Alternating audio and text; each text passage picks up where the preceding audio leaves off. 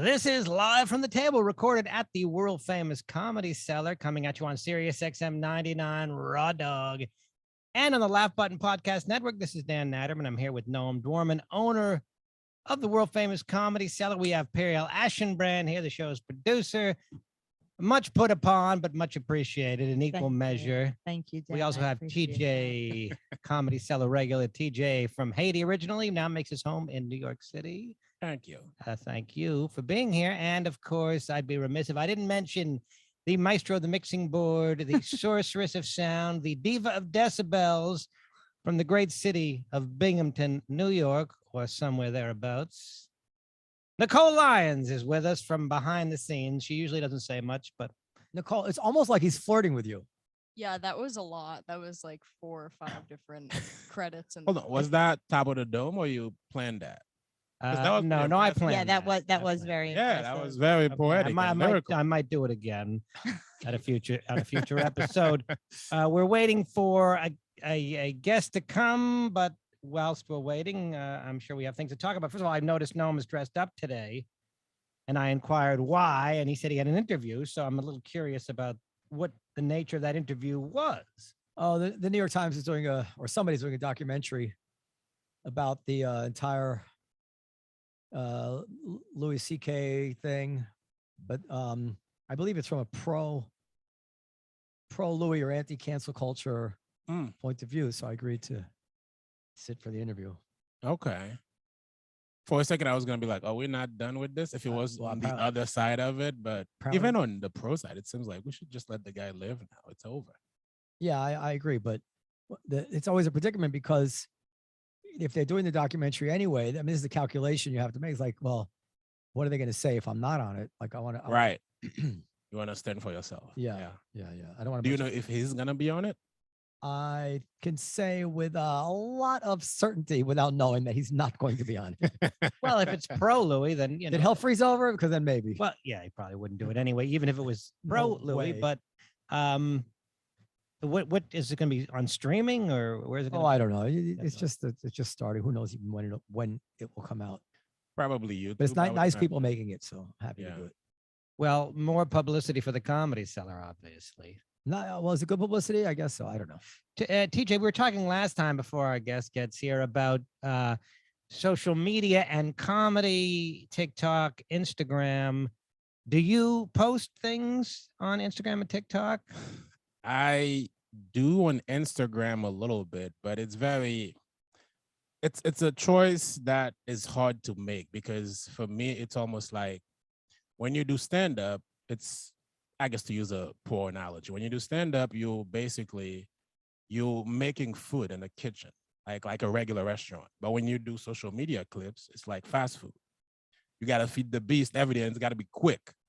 So the quality of the stuff you have to produce for social media is gonna be bad in general, just because it's a quick turnaround. If you do it and you find that your followers rise, then you wanna do it every day. And nobody can write a great bit every day. That's just not how comedy works. So it sort of diminishes the value of stand-up comedy in a way, but it helps you with your marketing. So it's a choice you gotta choose. A double-edged sword, if you will. Yeah. I think Attell could write a great bit every day. Everything. Well, yeah, he could. Nah. Even Attell, I don't know if that's true. He could write a good joke. Attell should do a daily TikTok. Yeah, Attell probably should do TikTok, God. and he probably and it should be, I think, his crowd work, because I think his crowd work is really where he shines the brightest. It's unbelievable. And it would always be new and fresh, and he wouldn't have to worry so much about burning material. He has so much old material he could put up there too. Yeah, he does. He can also do that. Do you think, Noam, I mean, have you noticed that comics are changing their act to accommodate social media? A lot of comics, they don't want to burn material. Maybe they're doing more crowd work than they would have otherwise done. I don't know if you've noticed that. Or have you noticed that? I haven't necessarily noticed, but I don't really necessarily watch other comics that closely. But you noticed that, Periel? No, absolutely not. But that comics are changing their acts to do. Well, I wouldn't say changing their acts, but maybe doing more crowd work than they would have done otherwise, because they don't want to burn material on social media, but they want to get that crowd work nugget that might, Eric Newman does crowd work anyway, but he was telling us that his most viral clip was a crowd work clip. Yeah, And- that makes sense. Yeah, he struck gold. It was someone who was somebody screwed his friend's mother or something. What was it? Yeah, he was talking to somebody, and it was a girl and a guy, and he thought they were a couple, but the guy had sex with her mom or something. Yeah, but you're only going to strike gold though if you mine for it. That's right. So Right. you have to be up there talking to the crowd. One thing I'll say from my act is, I have a new joke about Pride Month. I probably wouldn't have come up with that joke if it weren't for the impetus to do topical material.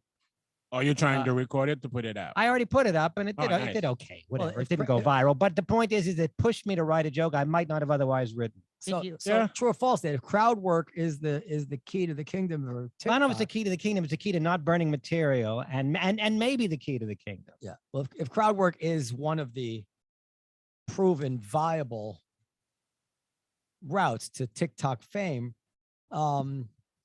given the things he says, Ray Allen ought to have a few million followers on TikTok by now. Am I wrong, Dan?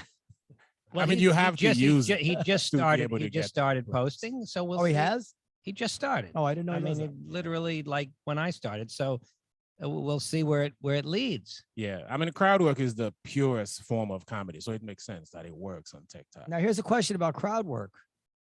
What if a person in the crowd objects to you putting him on TikTok? That hasn't come up, and I don't think anybody Hmm. is paying any attention to that.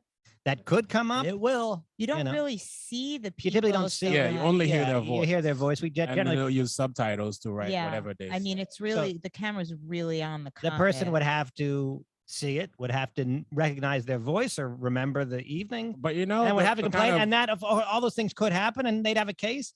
I guess you'd take it down. I mean, I don't know what they could do. What are they going to sue you because no one's making income directly from social media. The but income is isn't there indirect. some sort of quiet agreement that if you come to a comedy show, then you're willing to be a participant in whatever happens? In the room, Right? not in the room? broadcast. I don't know that you're a willing participant on TikTok, but with potentially millions of people, literally millions of people seeing you Yeah, that's a good point. If you find yourself or part- hearing you in this. if you case. find yourself a part of a viral comedy duo that's making a lot of money on social media, you might say, I want 50% of that revenue. That's fair. I'm your straight man. Well, again, you don't make money directly on social. Well, sometimes you do No, actually. yes, you Sometimes you do. do. Sometimes you do. There is some sort of formula where people do Yeah, make some money. people make money, but some people use it as an investment. But most people or- just trying to get followers. But again, I've never the seen tour. anybody's face other than the comics in any of these. yeah, but I videos. don't. I think legally, if it's your voice, you still have. I don't think. you can have a case, I guess. I think you can have some sort of a case. I think so. Let's get Dershowitz on. No one has complained thus far, but maybe somebody will at some. Yeah, people are greedy. Sooner or later, possibility. somebody's going to put somebody Jewish on there and they're going to complain. It's Don't worked laugh at well that, for a CJ. few people. Oh, okay, all right. This is just Jews. All But right. Periel knows, right? Essentially somebody that Periel grew up with, one of these Long Island yentas. Anyway, go ahead. I still didn't grow up in Long Island. Queens, the same thing. It is so not the same thing. Like it couldn't be less the same thing. And as like a New Yorker, you should know that better than anyone. Dan, should you have a segment in the show where it's just Noam and There's- Periel fighting for No, 5 Well, minutes? there is There's such all- a segment. they're It's all- not planned, but it happens Every show? Yeah, more or less. Yeah, more or less. As I said, she's often put upon, but appreciated in equal measure. Well, this is like bigotry in a way. Like it reminds me of like for her, for somebody from Long Island, it's very, very different than Queens. It's like Queens, we're very, very different than Long Island, right? And they get mad about it. Like I remember my wife's Puerto Rican, and I remember I had the nerve to suggest that was pretty similar to being Dominican. And Yes. she's like, "Are you crazy?" Yes. And then she began to tell me the things which distinguish the cultures, and the things she said were so like if I were to say them out loud, you would accuse me of being racist. And she's like, "They don't wear socks," and things like crazy stuff. Yeah, it's pure tribalism. Yeah, pure It's tribal. insane. You're the same as a thing Long that- Island. No, I'm not, because Long Island is the part. I mean, what you're It's not even a clear. what you're border. saying to me, the implication that you're trying to relay is that it's like this, like sort of snotty, wealthy, spoiled Jewish. Jappy. Yeah. Oh, And yeah. and that's not true in Queens. Like that's not true about where I grew up, and it's maybe true a little bit about how I grew up. but that's Rest my case. no, I didn't grow up wealthy at all. I didn't grow up surrounded So by what are you like rich Rachel Jews. Dolezal? How did you get there? Where'd you get this Long Island Jackie? How did you do it? It's amazing.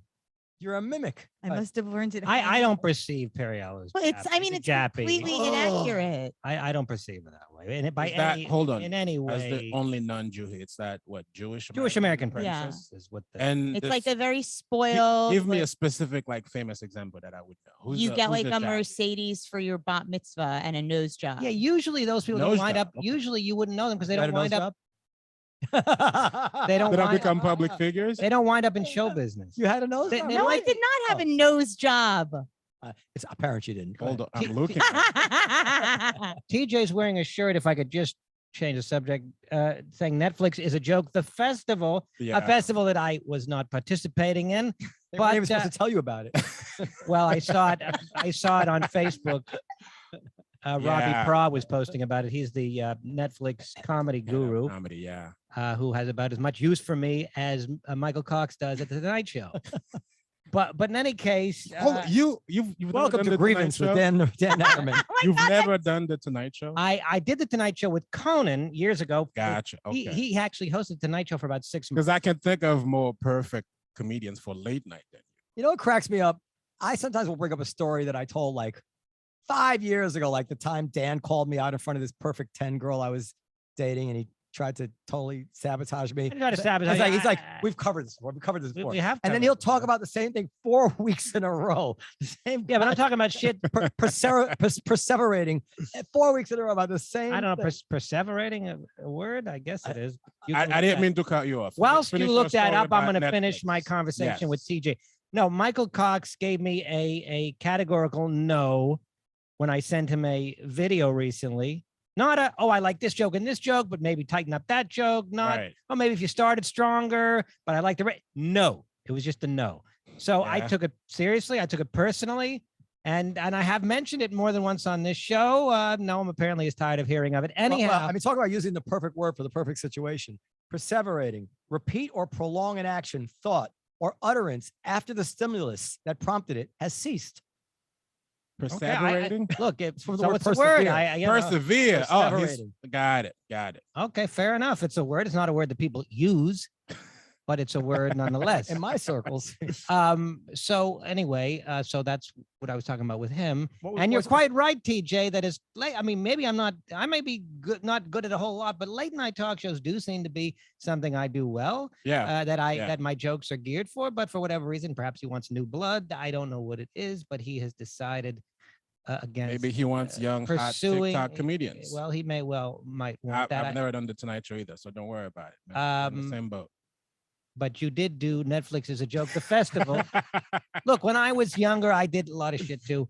And then I guess I You aged did out. Premium Blend. I never got to do I that. did do It's Premium over now. Blend. There we But, go. but See? tell us, I guess, before our guest gets here, because he should be here soon, just briefly about the Netflix is a joke Mm-hmm. festival and what your experience was with that. It was a lot of fun. I was there. I was at a different venue, but the night that Dave Chappelle got attacked, I was doing a show very close to it, and it was kind of unbelievable because it was just comedians texting each other. Did you hear this thing just happened? And nobody knew what to make of it. We didn't know if it had to do with somebody being trans or if it was just somebody looking for attention or somebody was legit mentally ill. It was pretty crazy. But overall, the festival was a lot of fun. It was, I don't know if I should say this on the air. It was just like Netflix, the platform, it was too much. They did too many shows, too many stars, to the point where some shows were light. Or it's like, you shouldn't have light shows. You're Netflix. You're taking over. Well, yes, that is very Netflix. I mean, I remember at Christmas, they had hundreds, I don't know if it was hundreds, but they had many Christmas movies. And I tweeted that there was a miscommunication. Somebody misunderstood when the order came down to Netflix to make a Christmas movie for everyone. yeah. And got like one like. But anyway, because I don't think people understood what I meant by it. I meant like for everyone, like everyone will enjoy it, but they thought it meant a different Christmas movie literally for each person because they had so many Christmas movies. Yeah. Did you get that, Nicole, when I said it originally? Now, by the way, this is neither here nor there, but if I was in on the meeting where they decided on Netflix as a joke, for the name of the festival. Netflix is a joke. Yeah. I don't think I would have gone with it, although I have to admit, it seems to work in a sense. It sticks in your head. Yeah. Well, then that name came before the festival. I think they just decided that the comedy segment is going to be called Netflix is a Joke. So they have an Instagram page where they promote all the specials. Yeah, but Netflix. So I is a guess joke. Yeah, just to say that they own jokes now. Comedy is them. They are comedy. Netflix is jokes. Netflix isn't funny. Listen, before Joe gets here, Yeah. because I told TJ that we would do this, even though I'm not authorized to change subjects. In extreme Mhm. cases, you have to make a petition before the committee. I have exigent circumstances here. Go ahead. TJ started a new show at the Cellar. Yeah. All right, Um, that sounds like it's worth talking about. Can you tell us a little bit Oh about yeah, it? yeah. I'm very excited about it. It's been really fun. We've had two. So Oh, TJ far, is a and joke. I got, I got the third one in an hour or so. What's it Wait, called? It's called The Cellar Chronicles. Okay. and And how it's- can people, and when is it? And Well, what is it? Yeah. Every In a few other hours. week. It's every other Wednesday. It's at the Fat Black Pussycat, and it's at 6:45 p.m. And the show is basically stand up and talk show. Basically, I find a comedian that I like and I enjoy, and they do stand up, and I do stand up, and then they meet me on stage, and we sit down and we chat. Did you ask Dan to do it? Not yet. Why are you going to but make that is things on my awkward? list. That is on my list. only Yeah, done we like just 2 do of that, them. and we sit on stage and we talk for 45 to an hour for the Dan would be entertainment great of for the that. audience. I think I would do well, and it might be. By the way, there might be some good clips that can be. It can be. Yeah, you that's know, sort of what I'm finding about it. The clips where we just talk and we riff and something funny comes up, then I could use that for social media without burning my material. So But it's fun. this thing that we did with Schultz and Shane Gillis and Glenn Lowry, I think. Yeah, Apparently, clips of that have really gone viral. I've had a couple of people reach out to me from that. Yeah, I didn't even know that the clips were doing well. So that turned out to be a pretty good thing that we did. Yeah, it and the was. clips all have the Absolutely Comedy was. Cellar logo in them. I don't know. I think we had Glenn Lowry's logo on it. Yeah, I think it's Oh, from yeah, you his did, the you did. blogging heads TV guys. Yeah. I don't think you can see that. I don't know. I don't care. But no, it's just nice. Like we did that show and nobody was really sure why we were doing it or what would come of it. But quite Mhm. often when you do something like that, it's a good thing to do. And good things come to you from doing things Yeah. that are good. you know? Well, what things Yeah. do you have lined up, Noam, that you think might fall into that category? Do you have any more debates? Any Oh, more Glenn Lowry's going to do another podcast with John McWhorter, and in the uh, VU? we're doing some other things. We'll see. Oh, great. When do you know when? Lowry, yeah, Lowry and McWhorter. end of June. I'll give you. a Cool. date. All right. You I'll keep try to come saying to you that. you've been nonstop about how busy you are and how much you have on your plate and how you don't have time to do anything. What's going on? Well, a lot of these things are not time consuming on my part. A lot of them are not time consuming or No, are They time. don't consume his I'm, time. I'm not going to be doing the podcast. I mean, Glenn Lowry's doing it. Okay. The one I did with TJ was time consuming because I had to be on the panel, but in the future, I'm not going to be on the panel. So why do you keep complaining about how busy you are and you don't have time to read any of my emails? Fight I'm number not sure 2. what you're saying right now makes any sense at all. I have other things other than the Glenn Lowry podcast. That are taking Right. my I'm time. asking you, what are those things? Well, my family, I don't want to talk about them. Okay. Then does it feel like me and you are the children and mom and dad? Are It fighting? feels that Is way every day, every week. It's like I have different brothers and sisters each week. It happens to be you this week. So But just to piggyback off what you said, I agree with the philosophy of you do something because you think it's good, not because you hope it's gonna go viral or people are gonna like it or whatever. Well, that's it's what I'm first doing. because you think it's I'm, they say you should go where the hockey puck is going, not where the hockey puck was. I'm going where it was. I'm like this social media. I'm I don't know if I'm 2 years too I've late. never heard that saying. Is that a thing that people say? I think so. I didn't make it up. I mean, I don't make up sports analogies as a general matter. Yeah, that's not really the strength of but that's not my views. strength. But I'm like 2 years late to this social media thing. It's probably too late. I mean, it's never too late, but it is a little late in the day. Is this Mr. Lindsay? Yeah. Linsley. Linsley? Yes, it is. Linsley, I I'm was just about sorry. to That's say a that. handful Introduce for him. sure. Bring him in. Linsley, Okay, Joe Lindsley, are you there? he's about to Give be. Nicole a chance. The sorceress of sound, What was it Devil of Decibel? the diva of decibels, the and the demon. maestro Diva? of the mixing board, Joe Lindsley. How do you do? Hi. He's connected to his audio. Let me just introduce you whilst you're doing that. Joe Lindsley is a traveler and a writer. was once a protege of Roger Ailes, who directed much of the national discourse, but then he escaped that frenzied realm where power mattered more than truth, as he puts it in his biography. And he began to discover the world. And now he is, of all places, in the Ukraine. He went to Ukraine before the war. The war broke out. He stayed there. And I'm sure that's, we're going to talk about that. Welcome, Joe Lindsley, to our podcast. Hey, good morning, good evening to you all from Ukraine. And I guess, we planned to talk in March 2020. I think we had a podcast scheduled. We did. The week of when the lockdowns began in New York and over here in Europe. And so here we are 2 years later. I know, it was so crazy because I remember you saying, well, I'd love to do it, but I'd really love to do it in person. I think you were in Germany, right? I was, in Sweden. And then I flew from Sweden to, I don't remember. It feels like 100 years ago. And most of those years were since February 24th. But yeah, and then Periel, I've been following your posts on Instagram of the work, you've been raising money with the Odessa Peace Fund, I think. Yeah, and right? the Hummingbird Foundation. Yeah. Yeah, and I don't know, what is the Hummingbird Foundation? The Hummingbird Foundation is an organization that was started by my friend Dorota, who's a real estate investment banker, and she grew up under Soviet rule in Poland, and she still owned her family's house that she grew up in. And so she started rescuing women and their children. And as everybody knows, the men had to stay in Ukraine, and she started putting them in that house, and then that house filled up with moms and kids. And she started signing leases for other mothers and children and setting people up with jobs. And, a lot of the people who she grew up with are still across the border in Poland. And she started this foundation now. She's rescued over 75 moms and, Wow. over 100 kids. And, it's a grandma who's now making pierogi and selling them, a florist, a psychologist. So it's pretty incredible.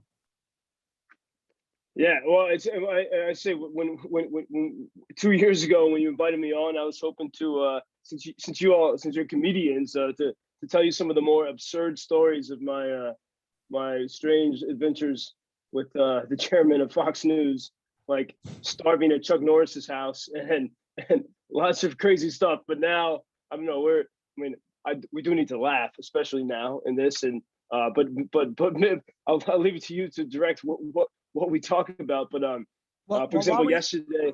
I did want to find, I have a big interest in Fox News and how it's changed and gotten worse, and what kind of guy Roger Ailes was. These are the things I am interested in. But before we do talk about that stuff, what is your outlook for the future in Ukraine? How do you think the war will end? What will territory be permanently lost? What do you think is going to happen? It's it's difficult, and I'd say I was in Lviv the first 3 months of the war, and that's where I've been based for the past 2 years. And before the war, I was working with Ukrainian journalists, and the first hours of February 24th, with a bunch of volunteers, we created Ukrainian Freedom News, a Telegram channel, just to share what was happening here, to translate the news we could unearth in Ukrainian into English, really the raw stories. And then we realized, despite all this alleged, aid money, soldiers were going to fight without proper gear. And these are things that you've seen as you've been raising money, Periel. And people started to give us money that were reading our Telegram channel, just a little bit, and we would try to outfit anyone we could. And then I would say that the first month of the war, we had to deal with sort of Russian operatives in Lviv, because they were all over Ukraine. They were prepared they thought the country was going to fall very quickly, and they had operatives everywhere. And the second month, we had to kind of deal with the wildcat, desperado foreigners that came to help. And finally, the third month, we have the competent people that are organized and trying to help here. And so only last week was the first time I left Lviv since it started. And I'm now in Dnipro. And then every day almost, I've been doing some day trips to the front lines. And it's a bleak picture.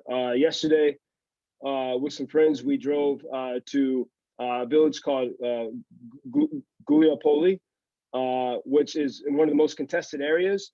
And while we were waiting at the last checkpoint for a military escort to get into the city, the Russians shot right at us. Oh my God. Yeah, it was.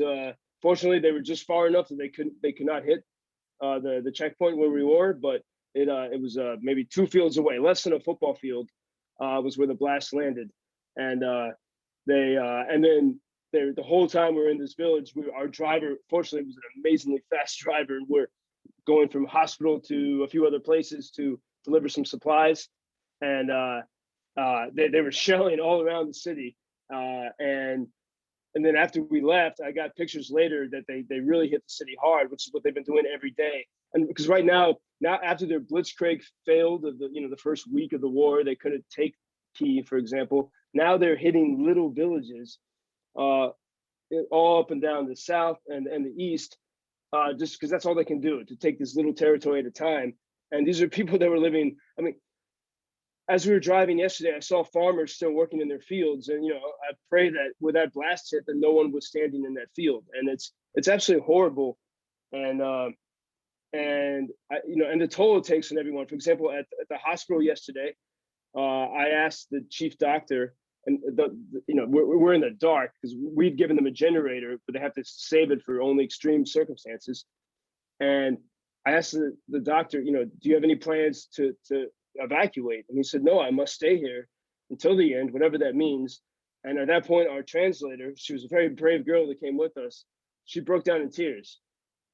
And I think those tears, and everyone in the room got quiet and understood what those tears meant, that everyone here is at a breaking point, because it's all dreams are on hold, everything is on hold. Do you think Ukraine can prevail? Can they beat the Russians out of the Black Sea area? Can they? Look, Ukraine has done. The Ukrainians have done amazing things. To keep this going. To keep the hopes of victory alive. And I think so, but only with support from the world.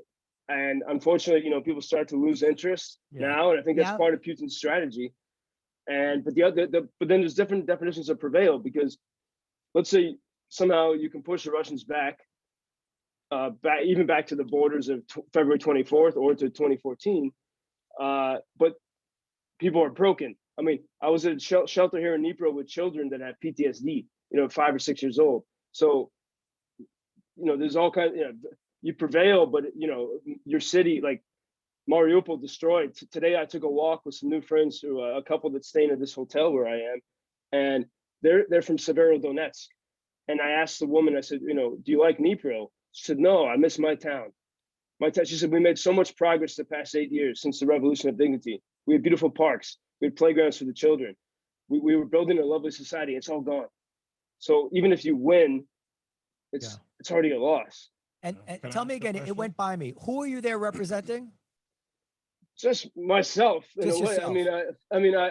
I started in the pandemic. I started to work with Ukrainian journalists in Lviv. They had, it was so refreshing. They were so different from what I experienced at on Avenue of the Americas, the News Corp, and so I was working with Ukrainian journalists. But just with my friends here, everyone's, and there's now in month 3 or 4 or 100, whatever it is. People here call it February. Today is February 124th or something. Wow. It's still February. And we have some great American and British and other foreign volunteers that have come to help. So that and the team of Ukrainians, we work together. So you're a brave man, actually. And that's an interesting thing all by itself. What motivates someone like you to risk your life in this situation? I think I was just talking with some friends about this. I think part of it might be almost a small bit of, I won't say it's like suicidal, but like a bit of like, this world is absurd, and I think there might be that little bit of element in my mind, but I'd say the main thing is when I was here, when the pandemic began, there was a chance to take a flight to escape. And somehow I thought, the little I knew of Ukraine at the time, is that this was going to be a better country to be in the pandemic than most anywhere else. And the main thing is that no one was angry. People weren't arguing with each other like they did in America or other places. And Ukrainian society, I think that Ukraine is one of the, even in this war, it's one of the freest countries in the world. People are free spirited, and they're willing to die for that now. And I'm grateful for this country that welcomed me. And so I think the best to stay with them until victory. And there must be a reason why I got stuck here for 2 years. So it's bravery or not. I feel that I don't have a choice. And then sort of TJ had a question, by the way. Yeah. What do you notice that people do over there, like right now, to entertain themselves? Is there any way to keep morale high? Like TJ wants to know if they have TikTok, and if they do, yeah, will they follow him? Yes, and also, is it hard to get laid during a war? You know, those are the questions I want to know. There were different phases of the war. I'd say the first month was everything stopped, and for the I was in Lviv is almost like a little bit like New Orleans in a way. There's always music in the streets. Even during the pandemic there was, but the first month of the war, it was silent. I mean, it was like watching a World War II movie. Yeah, everything was scary and stopped. And when we really thought that Russian tanks would be coming down the streets in a few days. I mean, everyone, and anyone that stayed there, we resolved in our minds to face, imagine the Russians coming to your door. And that was a real reality. So that was the first month. I'm sorry. Let him finish his answer. Go ahead, sir. Oh, no, I'm sorry. Go ahead. I thought Lviv was supposed to be a green zone. Is that not? It's become, so Lviv, I would say at the beginning of the war, no one knew what to expect. And the Russians they're very good with the psychological aspect of it. They struck all the airports around Ukraine. And so they crippled the air infrastructure. And so Lviv was hit, as was almost every other major city. And so and no one, I think the world thought that Russia was stronger than they really were. And so there was a sense, when it began, there was a sense that anything could happen. But then we realized, and the way the Ukrainians fought back that the first sort of 5 days, that this was not going to be so easy for Russia. And then things began to adjust. And I'd say probably at the end of the first month, life began to come back. I first heard someone singing the Bella Ciao song on the streets of Lviv, and then all of a sudden more and more music comes back, and the bars opened a little bit, and life began to because people had to find a way to adapt. I did see something on TV about a comedy show. I don't know if it was in Lviv or was in another city, but I saw something about there is stand-up comedy there, and then they were doing a comedy show somewhere. Is Zelensky getting back on stage? I don't think Zelensky was performing that night, but tell him he's passed at the Comedy Cellar anytime he wants to come. 5 minutes. You're welcome to come do a tour of at least of Western Ukraine. It is pretty safe. Zelensky came here and did a set, and Esty was like, "Nah." No, Esty would never pass. Esty would never not pass Zelensky because he's Jewish. That's fair. That's fair. All right. I was supposed to go to Ukraine 2 years ago, and then the pandemic hit. Well, that's when he. But went. I was about to go to open for Louis C.K. Really? The pandemic hit, and I didn't go. And then Louis was about to go recently without me to perform, and then the war came. So apparently somebody doesn't want Louis going at the Ukraine. I spent a number of days in Lviv, just about almost 10 years ago exactly. And it's a beautiful European city. I was also in Kiev, now it's Kyiv. And it's impossible to imagine a city that looks like that. I know Lviv is not damaged, but Kiev might be. And in a war-torn World War II kind of way, we really thought that type of thing just didn't happen anymore. And it's just, I don't really have any point other than that. It's impossible to comprehend that they did this with no apparent reason? I mean, I understand that they have reasons from their point of view about, essentially keeping Ukraine out of the Western orbit in one way or another, but to destroy the country and to murder people for that end is just, it's just impossible to comprehend. No. Yeah, well, and I remember, I think it was 2 weeks before February 24th, Putin gave a speech, sort of his manifesto. And I was in a cafe in Lviv, a Cafe Fatset, where kind of writers and philosophers and musicians hang out.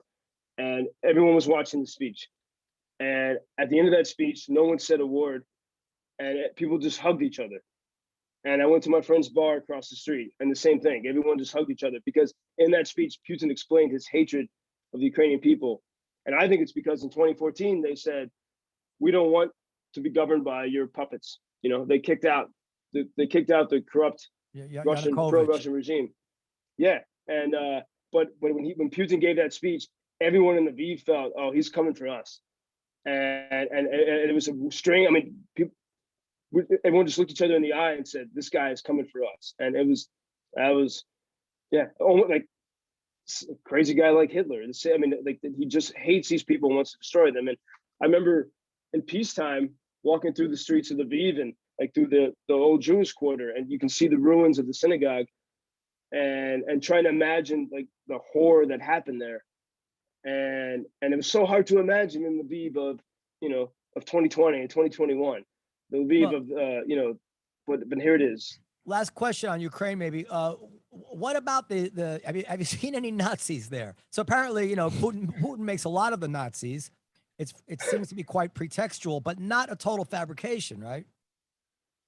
I mean, look, even if you read Wikipedia, they say that like the Azov battalion is neo-Nazi, and my friend's jazz club, which sadly just closed last week because of the war forever. 2 months ago, they had one of the first concert they had since the war began was a fundraiser, and it was a Jewish Carpathian folk sort of fusion band, and they were raising money for the Azov battalion, and so this narrative that Azov is the neo-Nazi group, that's not, Jewish Ukrainians are supporting it. So even that part of the narrative doesn't work. And I think part of it is there's a Ukrainian toast. They say Slava Ukraini, Heroyam Slava, and then they say Slava Nazi. I'm not even pronouncing it correctly, my bad Ukrainian. Nazi is glory to the nation. It's a Ukrainian word for nation. Ukrainians don't, it's English and Ukrainian are different languages. And I think probably some New York Times reporter heard that toast in a bar and said, oh, these people are Nazis. I think it might have been that simple. But no, I've seen a very tolerant country. And last summer, there was a jazz fest in Lviv, one of the few such festivals that could happen during those 2 years of the pandemic. And there were so many Black musicians from America that came here, including Adele's piano player. And he stayed. He loved Ukraine so much, he stayed. Adele's piano player? Yeah, Eric Wortham. A Black guy? Yeah, from Philadelphia. His name Miles? No, Eric Wortham, the second or the third. And he stayed. He loved it so much. And then the night before the war, I was at that jazz club, and Ella Fitzgerald's son was singing. He lives in Ukraine, and he was singing an amazing blues song that night because we all felt something wicked was coming. But this country is incredibly tolerant, and the Putin, his narrative is ridiculous. But unfortunately, one thing I could tell people is that this is actually an extremely tolerant and welcoming country. And we said President Zelensky's Jewish. I mean, it's a ridiculous narrative. I think there's more to the. Listen, I'm not bashing Ukraine at all. I'm with you on all this, but I think there is more to the Nazi story than that. But I don't think, like I said, I think it's pretextual. Listen, these countries are complex. Of course. And there's residual aspects of recent history there. And I mean, Ukraine both has a Jewish president and was also one of the most vicious anti-Semitic countries at one time. And, these are one generation removed from those people. So it was not going to shock me to find out there's still Jew haters there. But having said that, I still think that would be a very unfair way to characterize the country. Just Well, like, I just think like in America, we have our long-standing racist generations, and to characterize America simply by those people is utterly unfair.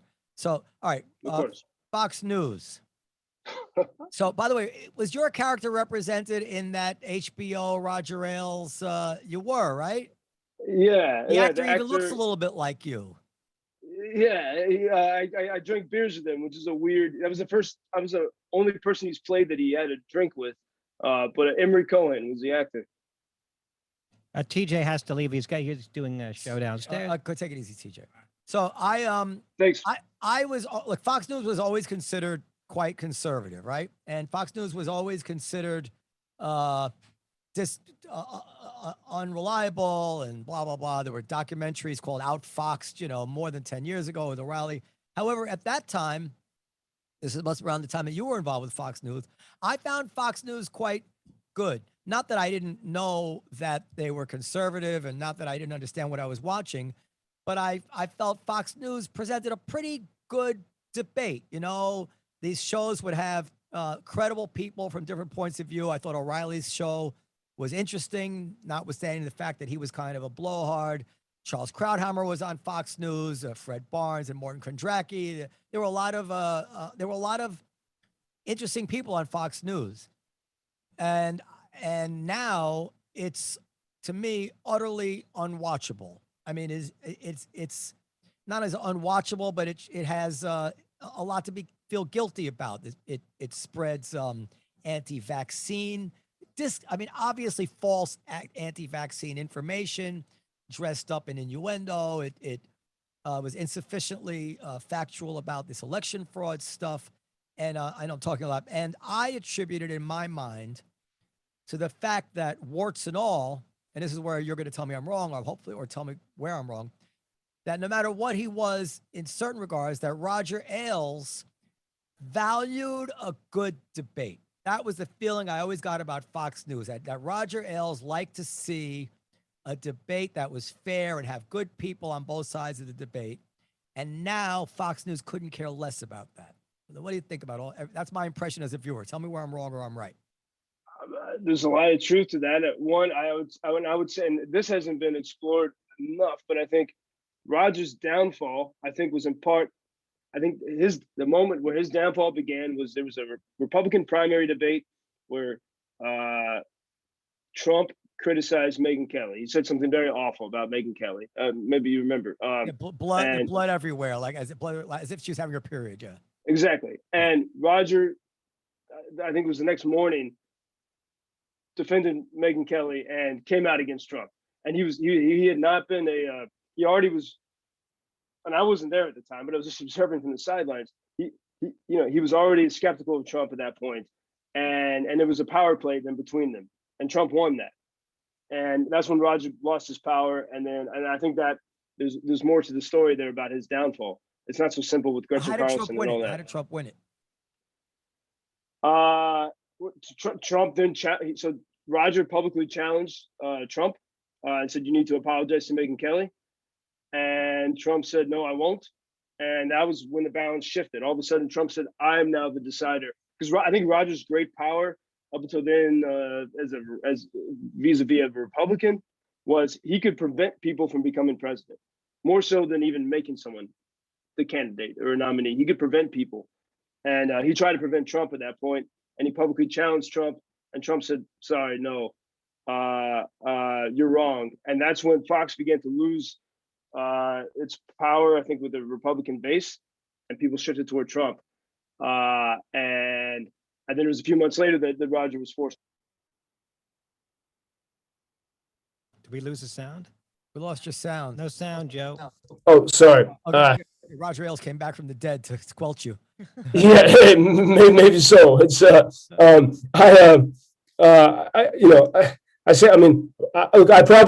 been Roger's only friend, probably, and confidant. But I left because he wanted me to become just like him, and to have I was losing my moral compass completely. And in what way? Tell us, what way were you losing moral compass? Because they wear you down, and so Roger always wanted my moral approval for all the decisions he made at Fox, and but he wanted my moral approval while changing my definition of what was right and wrong. And part of this was it was a weird thing. I was his protege, but I also like Monday through Wednesday I edited 2 small newspapers in the Hudson Valley that he owned. And so at that level, I got to see how he didn't know what journalism was. And he would try to get me to manipulate the news just because of his personal whims, he and his wife in the Hudson Valley, and who their enemies were, and to always be attacking people. In the HBO show, they cover that, yeah. They cover that, yeah.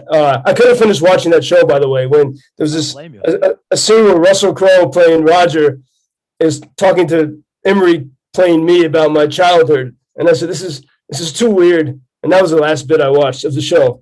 And unfortunately, they because it took Russell Crowe so long to get in the fat suit every day, and all the makeup, they had to cut a bunch of episodes. So they cut my car chase escape, which is the only thing I really wanted to be on screen, was my, I thought, pretty amazing car chase escape from News Corp Security, but that didn't make it into the show. News Corp Security. Why? Part of it was Roger was afraid when I said I wanted to quit. He said, you can't go, because he thought I knew too much. And they were weirdly attached and focused on me. And he was afraid maybe that I would somehow, I don't know. So I don't put you on the spot, but can you give us a good illustration of like the amoral aspect of Fox at that time? Something they reported that just wasn't true, or, you know. I mean, this was this was in the days when Glenn Beck was working at Fox, for example, and Beck was reporting pretty heavy, going after the White House, pretty strong, Obama White House, pretty strongly, and this doesn't fit into the universe of simple boxes in American political thinking, but Roger made a deal with the Obama White House on their news coverage. And that was one of the big arguments I had with him. I said, this is not journalism if you're agreeing not to cover things. They made a pro-Obama deal. Yeah. David Axelrod came to meet with Roger at Fox News.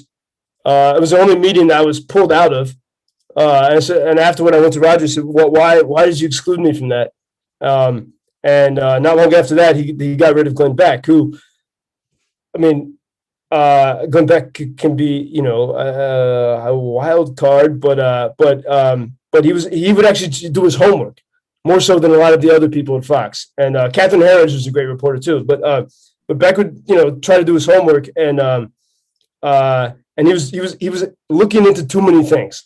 And that was the same problem that when I was editing my newspaper owned by Roger in the Hudson Valley. I was investigating a Republican state senator who had dirt on everyone, including people in Congress, people in Albany and New York. And that's how he had been in power for decades. And Roger had wanted me to investigate this guy, and I did. And then I really started to uncover stuff. And then that's when Roger stopped me. And then I realized that he didn't care. Well, actually, I think Roger was the most fearful person I've ever met in my life. He was afraid of everything, and that's why he had to build up this power apparatus. But he stopped me from investigating that local politician. Yep. Oh, so this is interesting. So, because most people and I were probably perceiving that you thought Roger Ailes was dishonest from a right-wing point of view, but actually, you're saying that he felt repelled from Glenn Beck, who was actually to the right of. So Glenn Beck, I remember, got in trouble for saying something with racial overtones about Obama.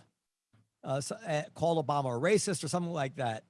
And he got in trouble for that. And I think he had to apologize even. And in retrospect, that's nothing compared to the stuff that Tucker Carlson says every night right now. Yeah. And Tucker, who, by the way, is a huge promoter of Russia in this time, which is what I mean. This is a side note, but they were just and Tucker appeared via video link. They were at a conference in Budapest 2 or 3 weeks ago. All these American conservatives with Putin's only ally pretty much in the world. And and Tucker speaks without without any facts. And at least for Beck, there's no bioweapons labs in Ukraine owned by Hunter Biden. That's not true. Yeah, I'm calling you from one right now. And that's the other thing is and this isn't the ridiculousness of American discourse, but Tucker does, and they don't take the time to investigate things. But Hunter Biden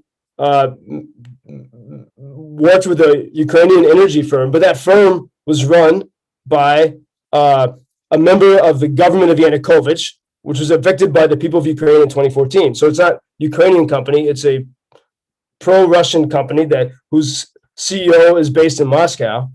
And it's so strange that Paul Manafort, Trump's was his campaign director for a while, worked with Yanukovych people. So the people that Ukrainians said, we want you to get out of our country, Trump's guy worked with them, and Biden's son worked with the same people. Yeah. These are the people that Ukrainians said, please leave in 2014.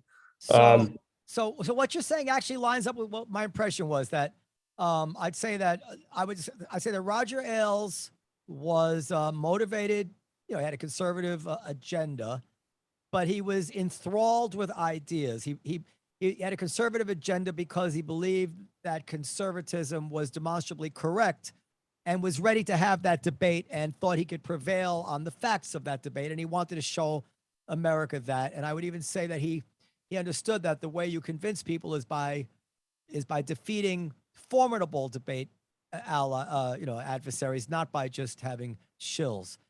And it seems to me the current Fox News, whoever runs it, the Murdochs, whatever, they couldn't care less about ideas. It's purely ratings and money.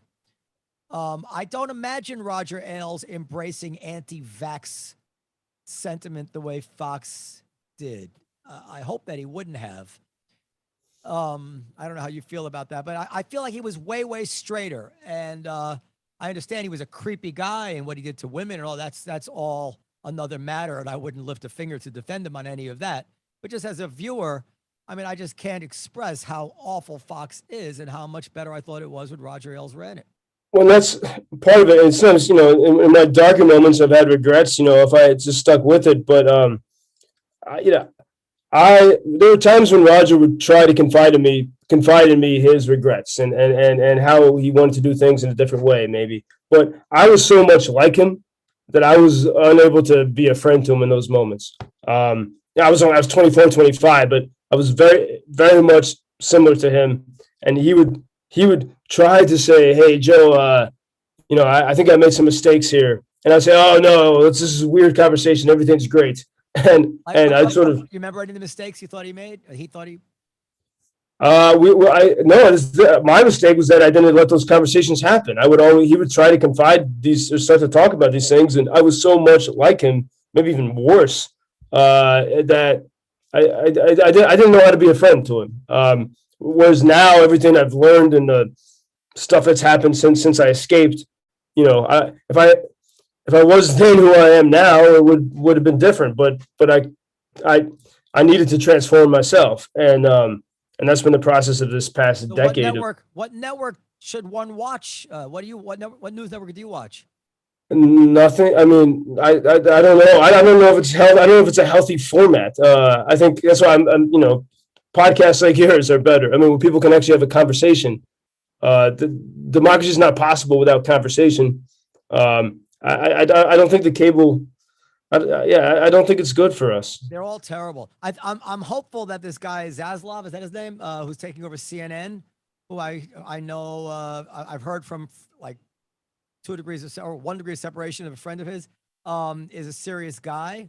I'm hoping that they will do something with CNN to make it something that smart people who are not extremely partisan will be interested to watch to get the bottom of things. I don't know, Dan, what news network did you watch, Dan? What news? I don't watch the news. You don't watch the news? No, not really. I go on Twitter and see what people are saying. Oh, that's a good, reliable source. then click articles from that.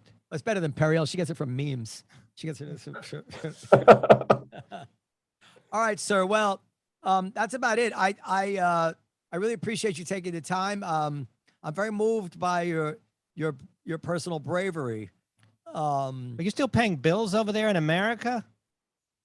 No, I've checked out. I've checked out from America these past 2 years, and I don't know. I'll return after victory for Ukraine. But do you have any residents in America that you have to pay like rent to or more? no, I got rid of. I just started shedding all these things these past 2 years, and nope. In fact, I let my brother borrow my car, and I think he might have lost it. I haven't even seen photographic evidence of it in a while. So. Never heard anybody losing a car, but Sooner or later you'll get back to the States. You'll come back to New York. We'd love to host you at the Comedy Cellar one night, and you can tell the real stories. You know, the stuff too hot for podcasts. But God willing, be safe. And yeah, we'd love to meet you sometime in New York. It'd be great. I would love to tell you, some of the entertaining stories, like the weekend at Chuck Norris's house with Roger and no food. Well, go ahead. You want to tell it, or is that something you don't want to? I could tell it if you want, but it's Chuck. Chuck invited Roger and his wife and their kid and me for a weekend because we were down visiting George and Barbara Bush, as it happens in Texas. Normal life in that world, and that's another story. But so we get to the Lone Wolf Ranch. This is very dangerous. I've told this story in bars to friends, but never, it's very dangerous to talk about Chuck Norris, of course. And that's the thing. It's like going to meet Santa Claus because like Chuck is a real guy, like I guess St. Nicholas was, but he's also a myth because of the Chuck Norris facts. And, so we get to his ranch. We have a nice conversation in his living room, which is covered with like pixelated pictures of Jesus and guns and bazookas and all kinds of stuff. And normally it's a nice custom when you're invited to someone's house, they give you some snacks or something. And there was nothing. And Roger liked to eat. We all ate a lot. We actually ate breakfast burritos as our driver was bringing us to the ranch. But we sit there in the living room for 2 hours and no food. And then it's about 12:30 and Chuck's like, let's go fishing. And I'm thinking, oh yeah, Chuck Norris's house, you got to catch your lunch. That's what it is. So we go fishing, which is not a Roger Ailes pastime. And there was no one caught anything. And the next hours were pure delirium because we were so hungry. Because when we were on 6th Avenue at the News Corp building, we would have breakfast like in the car, in the motorcade on the way to the building. The chef would come down. We'd have second breakfast. There's a secret Danish locker, which is another story. We just ate all the time. And that's also a commentary, I think, on our emptiness. But so hours at Chuck Norris's ranch, no food. We go horseback riding. And Roger couldn't get on the horse. Chuck couldn't because he's got 2 fake hips. The wives had no interest in riding the horse. So Roger's kid was like 12 years old at the time. He gets on a horse. I get on a horse. And Chuck says, this is so bizarre. I can't believe I'm telling this on air, but Mr. Norris says, whatever you do, don't say the name of the president of the United States to my horse. Okay, I wasn't going to do it, but now I definitely won't. And it was President Obama at the time. And so Roger's little kid, then like 10 or 12 years old, he gets on the horse, and the first thing he says, Obama, and the horse goes nuts. Like it's trying to get rid of this little turd that's on the horse, and it just said Obama. And all of a sudden, it was like that scene in Anchorman with the cats flying over the bridge or something. The kid is flying through the air, and he lands. Chuck can't run after him because he's got 2 fake hips. I knew his weakness. And Roger can't run. The wives are just in their own, so I ran to make sure the kid was okay, and he was inches from hitting the metal railing. Fortunately, he made it. And then more and more hours, like Chuck took me to a barn full of unsold total gems, and there's this weird delirium because it's now like 4 or 5 p.m. No food had been offered. We'd arrived at 10 in the morning, nothing. And at one point, maybe a couple hours later, Mrs. Ailes asked Mrs. Norris, like, are we going to eat? And she might as well have said, like, is there hamburger sunshine on Tuesday? Like, she didn't understand the question, like, about food. And And Mrs. Ailes got angry, and finally they said, okay, we'll get some barbecue. And so great, food's on the way, but we're in the ranch in the middle of nowhere, so it takes an hour and a half, and this little bag of barbecue takeout shows up, and all of a sudden, all these people show up, ranch hands, nannies, like all of a sudden there's tons of people at the kitchen table. We have to share this tiny snack. They pull out their Bibles and start talking about the apocalypse. And Roger and I are, how far would you dare to roll your eyes in Chuck Norris's kitchen? And I'm looking at Roger and we're like, this is pretty weird, man. And then we watched, he's got a full movie theater. We watched The Blind Side, but no popcorn, unsweetened iced tea, but no popcorn. And then Chuck's like, okay, bedtime, everyone. And so I'm sleeping 2 rooms down from Chuck Norris. I can't sleep. I just hear the chime on the front porch of the ranch. And, in my mind, I'm thinking of all the Chuck Norris jokes and facts about different ways to die. And so I get up quite early, like, I don't know, 6:30 or so. I creep downstairs. I'm sneaking around Chuck Norris's house. It's like, I would feel weird sneaking around like a distant aunt's house. It was hilarious and scary at the same time. So I go downstairs. Roger and his wife are in the living room, and they look stricken because it was very dramatic for Roger. And he whispers to me, he's like, Chuck and Gina, they're still asleep. You go in the kitchen, look for some food. We'll keep watch. And he promised me that he would keep watch. And by the way, if anyone's listening, this is all just a Chuck Norris fact. It's just jokes. I'm making it up. Just shit. And so I go into the kitchen, and I guess it's like maybe 7:30 in the morning, and their 2 kids are running around, probably scrambling for food because I don't know if they're allowed to eat either. And my heart's racing. Part of me is laughing. The other part is actually quite terrified. And now, because I've barely eaten in 24 hours, I'm a little bit delusional. Maybe this is like a security mechanism to keep your guest weak if you're Chuck Norris. And so finally I find a pantry. I open it up, and to me at least, it seemed there are these clear plastic containers of cereal, but they all look even. And I'm like, great, if I take one flake of cashew, Chuck Norris is going to know because he's Chuck Norris. But I don't care. I'm so hungry. All we have is soy milk. Soy milk. At Fox News, you can't drink soy milk, of course, for liberals. Whatever. I had to sacrifice. And I pulled a bowl of cereal, and I put the spoon in. I'm so happy. I'm about to eat. And then I hear someone coming down the steps. I'm like, great. I'm going to get roundhouse kicked into 1926 or something. And I'm ready to eat, and then I think it was worse than Chuck. It was his wife. She comes down into the kitchen, and she stares at me like I had just strangled their cat or something. Roger and I were talking like they got animals here. Can we kill something to eat it? And she's staring at me, and I just take a bite in defiance, and she shakes her head with a complete and utter disgust, and she walks into the living room. And I'm like, great, she's going to grab one of the bazookas off the wall and blow my brains out because I ate a bowl of cereal. And but she just disappeared the rest of the day, and we sat in the living room talking about how Mike Huckabee would be the best and most perfect holy president of the world or something. And then our driver, who works for the Bushes, finally showed up to rescue us, like at 5 o'clock in the evening. No food was offered the whole day. And she had all these cupcakes and Sonic milkshakes, and I guess maybe she knew that they don't feed people. I don't know if it was fat camp. I don't know what it was, but it was weird. And so Roger was in such distress. He calls the pilot of the News Corps plane and says, send the flight attendant out to get 15 Subway meatball sandwiches, which we ate in the flight home, which ruined all the effects of the fat camp. But that was one of that was a weird life. That is a crazy story. That's nuts. Have you heard from Chuck Norris since? No, but maybe once you publish this, I will. Yeah. we got it. Well, his wife knows what you did because she was a wit. Maybe she didn't. She was. Did you know? We can talk another time, maybe. Did you know Charles Krauthammer?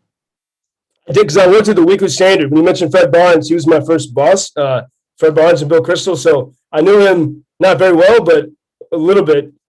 would sometimes deliver manuscripts to his house when 2006. Yeah, but I never had a good conversation with him. My impression of him is that he was a great man. Is that your impression as well? Yeah, I would say so, especially from the people I knew who knew him well. Yeah, he had true gravitas, and I miss his words. He was, I think, all the stuff we're trying to navigate now.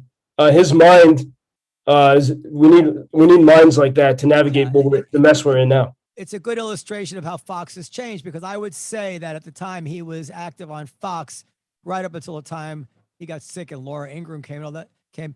He was basically considered the intellectual voice of Fox News. He was the most profoundly respected voice on Fox News. And now I don't even know if he could keep a spot on Fox News. He would probably have quit. All right, yeah, go ahead. No, you're right. I think he would have. And yeah, they don't have a leader at Fox. What's interesting, and it should be said that to the left, as it were, or people center and left, they don't distinguish. They see Fox as Fox. It was the same Fox with Charles Krauthammer and same Fox now, and that is profoundly untrue. There's the whole cast of characters that Fox rode to success. I think the overwhelming majority would not be comfortable on the Fox that exists today. Anyway, it was really a pleasure to meet you. And like I said, I hope someday to meet you in person, and be safe. We're out of time. Thank you very, very much, sir. Good night. And thank you. And Periel, thank you for all the great work you're doing with Odessa Peace Fund and the Hummingbird Foundation. It's Thank you. fantastic. Thank you. I've met people who've benefited from that here. So Oh, wow. We'll talk more on Instagram. We'll finish our conversation. We have another fundraiser comedy show. We do? On June 13th. Where, at the Cellar? No, not at the Cellar, but on June 13th, which is also another fundraiser for Ukraine. Great. Thank you, Joe Lindsley. Linsley. thank you. Linsley. No Pobacina from Ukraine. It's a tough Thank name. you. Yakshimesh. All right. Well, that was interesting. And what do you have to say for yourself, Mr. Dworman? What are you talking about? Why is there dead silence? It should just end. No, end right now. No, don't end. What you gave me so much shit when I walked in here. Like, do you want to like at least acknowledge your behavior or anything of that nature? Does every female in my life have to talk to me this way? Well, I mean, you know. Well, you can always rely on Nicole to treat you with respect. Okay, just I'll let the record show. I didn't remember who Joe Lindsley was. And because I said, Periel, who's this guy? She goes, well, there's somebody you wanted on the show. I'm like, when did I want him on the show? She says, before COVID. I'm like, before COVID? That was years ago. Like talk about expiring.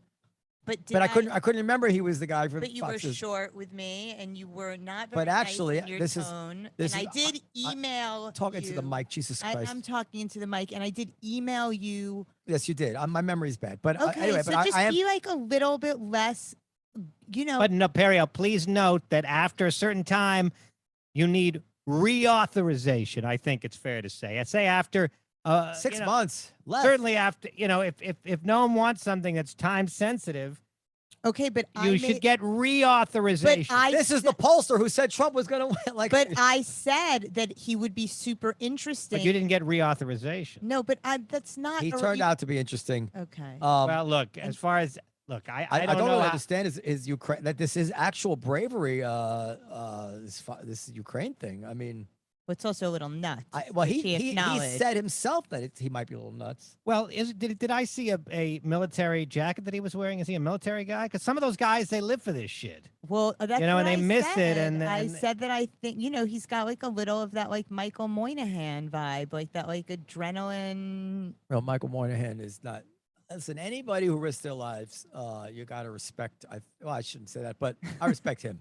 Yeah, he's great. Well, I don't know how the folks on Raw Dog will whether they enjoyed it or not, but I thought it was really people are interested in Ukraine, and the Fox News thing is interesting Fox too because News, I don't think was a little bit of a less interesting. It's interesting to me. No, it's interesting. It is interesting. It's wild. I mean, that Chuck. I'm not going to ask Nicole, but sleeping. Yeah. So I guess we'll wrap it up. Okay, there was one observation about the whole Fox News thing, which is interesting. Aside from the Okay. stories, it's what I said at the end. Is that to the Fox News haters, they see Fox as a continuous evil entity, and it shows how shallow they are because actually, there's clearly two Fox Newses. There was the Fox News before Roger Ailes and the Fox News after Roger Ailes, and the two could not even coexist. The people who were the main voice on Fox News then hate the people who are the main voices now. Anyway, so, all right, that's it. Podcast at comedyseller.com. You have comments, questions, suggestions. You want to hire the maestro of the mixing board for your own sound needs. You can also contact us through podcast at comedyseller.com. And keep an eye out for It's Fader Fraulein at the events at the Comedy Cellar. We have debates. We have not just comedy. We have debates. We have discussions. We have live podcasts, all sorts of things. Podcast at comedyseller.com for all your comments and suggestions. Thank you so much. We'll see you next time. Bye, everybody. Da, da, da, da, da, da.